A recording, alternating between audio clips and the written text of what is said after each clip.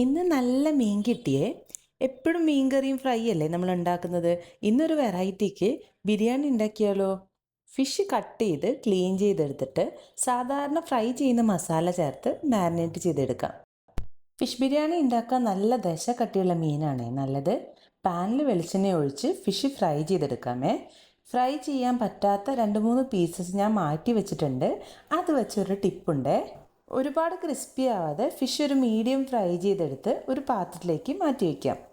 ഇനി സെയിം പാനിലേക്ക് വെളിച്ചെണ്ണയും നെയ്യും മിക്സ് ചെയ്ത് ഉള്ളി നീളത്തിൽ അരിഞ്ഞതും ചേർത്ത് ഉപ്പിട്ട് വഴറ്റിയെടുക്കാം. എന്നിട്ട് അത് അടച്ചു വെച്ച് സോഫ്റ്റ് ആകുന്നത് വരെ കുക്ക് ചെയ്യാം.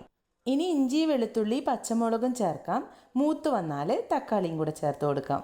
നമ്മൾ നേരത്തെ മാറ്റി വെച്ച് 2-3 പീസസ് ഇല്ലേ, അത് നമുക്ക് ഇതിലേക്ക് ചേർത്ത് കൊടുക്കാം. ഫിഷിൻ്റെ വാൽഭാഗം തലഭാഗം അങ്ങനെയുള്ള പീസസ് ആണ് ഞാൻ ചേർത്തത്. ഫ്രൈ ചെയ്ത് ബിരിയാണി ചെയ്യുമ്പോൾ പൊതുവെ മസാലയ്ക്ക് ടേസ്റ്റ് കുറവായിരിക്കും.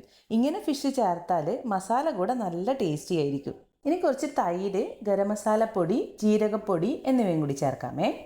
ഫിഷ് കുക്കായാൽ അതിൻ്റെ മുള്ളൊക്കെ മാറ്റിയെടുക്കാം. അവസാനം മല്ലിയിലയും ചേർത്ത് കൊടുത്ത് അതിൻ്റെ മുകളിലേക്ക് മീൻ കഷ്ണങ്ങളും കൂടെ വച്ചു കൊടുത്ത് നന്നായിട്ടൊന്ന് കുക്ക് ചെയ്തെടുക്കാം. മീനായതുകൊണ്ട് കുക്ക് ചെയ്യുമ്പോൾ നല്ലവണ്ണം ശ്രദ്ധിച്ചില്ലെങ്കിൽ പൊടിഞ്ഞു പോകും. ലോ ഫ്ലെയിമിൽ മസാലയിലേക്ക് മെല്ലെ മീൻ വെച്ച് കൊടുത്തൊന്ന് കോട്ട് ചെയ്തെടുത്താൽ മതി. ഇനി സാധാരണ പോലെ നെയ്ച്ചോറ് റെഡിയാക്കി എടുക്കാമേ. അതിനു മുമ്പായിട്ട് കുറച്ച് ഉള്ളി നമുക്കൊന്ന് വറുത്തെടുക്കാം. ബിരിയാണി ഡെക്കറേറ്റ് ചെയ്യാനാണ് ഇത്. ഇനി ലാസ്റ്റ് പ്രോസസ്സ് ബിരിയാണി ദം ചെയ്യൽ. ബിരിയാണി എങ്ങനെ കുക്ക് ചെയ്യുന്നു എന്നതുപോലെ തന്നെ പ്രധാനമാണ് നല്ല രീതിയിൽ ദം ചെയ്യുന്നതും.